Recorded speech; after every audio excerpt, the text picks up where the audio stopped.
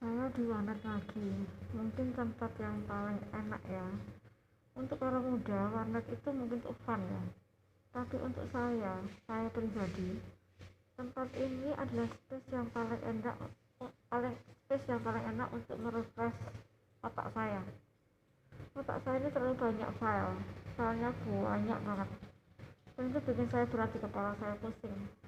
Dan terus sepanjang saya remaja, dewasa, dan menjelang tua, 53 ini kan menjelang tua saya, tempaan tempaan dera masalah itu nggak pernah berhenti. Jadi ketika saya harusnya menjadi baik, tetap dianggap tidak baik. Ketika saya menjadi benar, tetap dianggap tidak benar. Jadi ketika saya melangkah menjadi orang yang lebih baik, itu pun tidak akan jadi baik di mata mereka, di mata manusia. Dan ketika saya melangkah untuk menjual, dari Oriflame, dari semuanya, semua digap. Jalan saya buntu, total buntu. Langkah saya menjadi orang yang seharusnya sukses itu terhambat sekali. Tapi ada satu langkah Tuhan yang akan menyertai saya, yaitu kemenangan saya dan dia. Jadi ketika seseorang dibantai, misalnya martir ya, martir itu seorang laskar Tuhan di dunia, seorang Nasrani Katolik itu punya laskar namanya martir. Nah, martir pun akan dibunuh orang karena apa?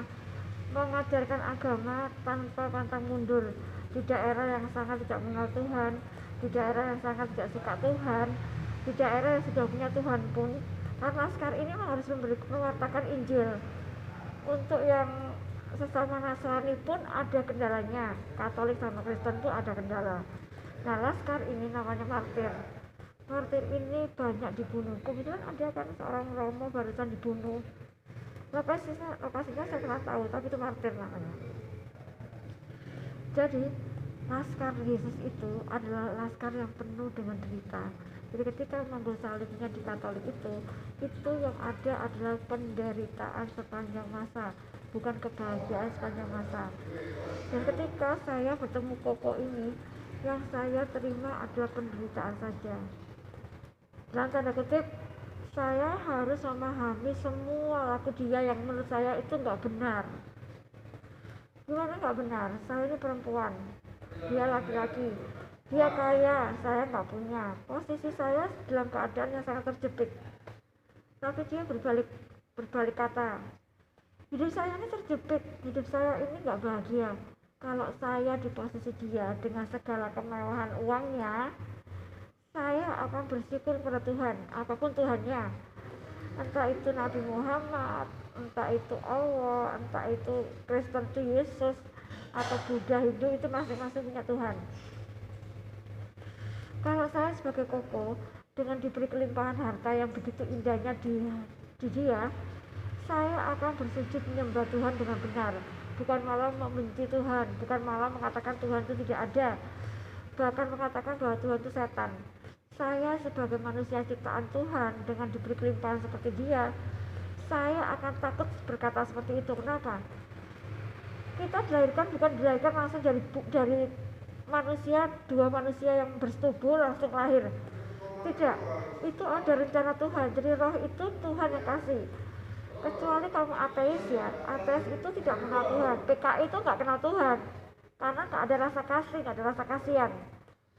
Jadi kalau kamu punya agama apapun, ketika kamu diberi kemudahan, misalnya ya kekayaan, walaupun kamu kekayaan sedikit tapi kepandaian dan kepandaian itu sama fungsinya, menjadikan kamu jadi lebih baik. Tapi ada satu hal yang saya bingung ya, seseorang diberi pandai kadang jahat, seseorang diberi kekayaan kadang tidak mengerti posisi orang miskin. Nah, saya orang miskin, ketika saya minta bantuan pada seorang kekasih yang kaya, itu tetap disalahkan. Kamu itu loh kalau cinta sama saya nggak boleh minta uang.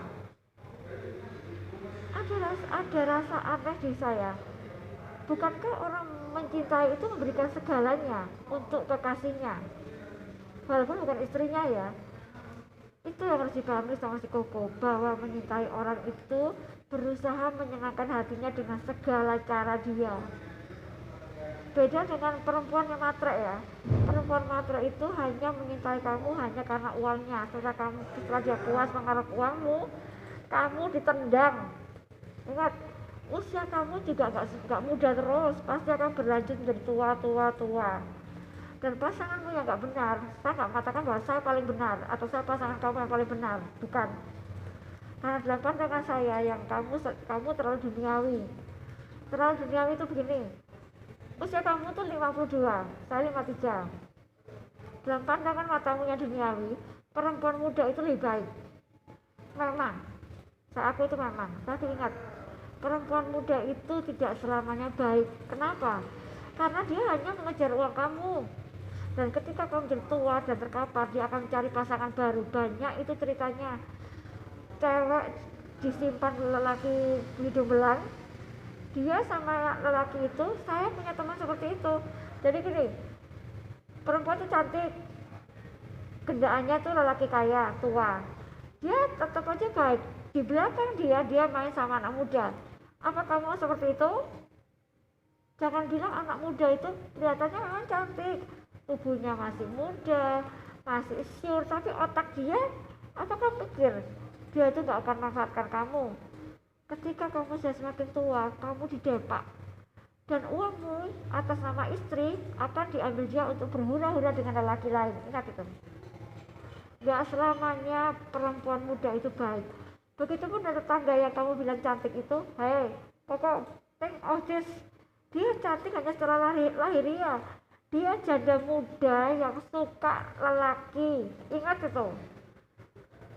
Suaminya ini bukan suaminya, dia itu suami orang lain. Bahkan istrinya menangis-nangis gak dileken sama perempuan yang kamu anggap elok itu. Elok itu bahasa Melayu ya, bahasa Malaysia itu indah. Sementara perempuan yang kamu anggap elok itu yang muda itu ngambil suami orang. Pikirkan di kepalamu dengan benar, Koko. Perempuan yang kamu puja elok itu dibanding dengan saya mengambil suami orang. Sedangkan kamu itu bilang elok, gak salah pikiranmu. Gak salah ya?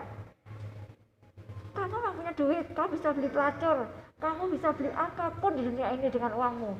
Tapi ingat, ada Tuhan yang akan menghentikan segalanya ketika kamu terlalu jahat sama Tuhan. Karena uang, kedudukan, semuanya itu punya Tuhan. Apapun Tuhannya. Saya, Yesus, orang Muslim, Allah Subhanahu wa Ta'ala, Buddha, Hindu, ada Tuhannya. Jadi jangan pernah mengatakan Tuhan itu jahat, karena Tuhan tidak akan pernah ridho. Tuhan itu sombong, iya dia harus sombong. Kenapa? Kamu tuh penciptanya kok. Kamu itu diciptakan dia pencipta, dia sombong memang. Hei manusia, kamu tuh siapa? Kamu tak ciptain, kamu belagu, tak matikan. Benar enggak? Tuhan harus sombong memang.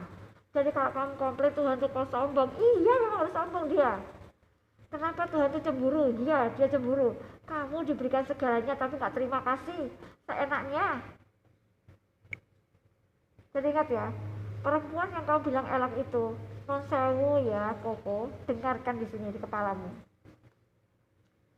Informasi ini akurat Koko, dari orang yang saya percaya, dari tetanggamu sendiri. Perempuan itu memang suka kamu. Perempuan itu yang sudah punya gendaan ini suka sama kamu itu iya. Dan kamu juga suka dia, gak masalah buat saya, gak penting buat saya. Ingat ya, dia itu janda ngambil suami orang. Dan ketika kekayaan kamu sudah diambil dia, kamu didepak. Perempuan yang kamu bilang elok itu, silakan kamu ambil, silakan. Semoga kamu bahagia dan siap-siap menjadi neraka di hidupmu.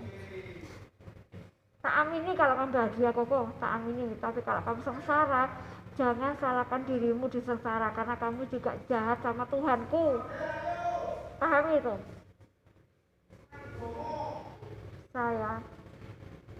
Saya adalah laskar Tuhan. Paham itu? Kenapa saya bilang laskar? Karena sepanjang hidup saya penuh dengan penderitaan. Sepanjang saya berjalan, saya penuh dengan hinaan.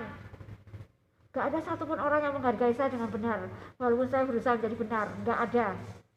Sepanjang saya penuh dengan air mata, itu benar. Tapi saya percaya ketika saya pulang nanti, ketika saya meninggal nanti, Tuhan itu merangkul saya dengan benar.